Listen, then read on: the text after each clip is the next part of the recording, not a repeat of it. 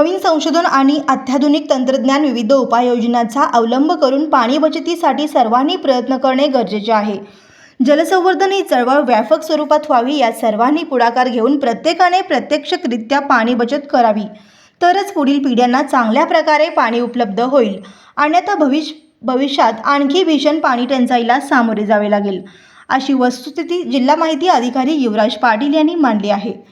UNICEF smart आणि Khandesh college education society संचलित radio मनभावन 90.8 FM व जैन इरिगेशन यांच्या संयुक्त विद्यमाने युवा जलसंवर्धन संमेलनात हंडाजी पाणी बचाव अभियान राबवण्यात येत आहे। या अभियानाचा शुभारंभ जैन हिल्स वरील सभागृहात कलश जलपूजनाने झाला। याप्रसंगी युवराज पाटील बोलत होते।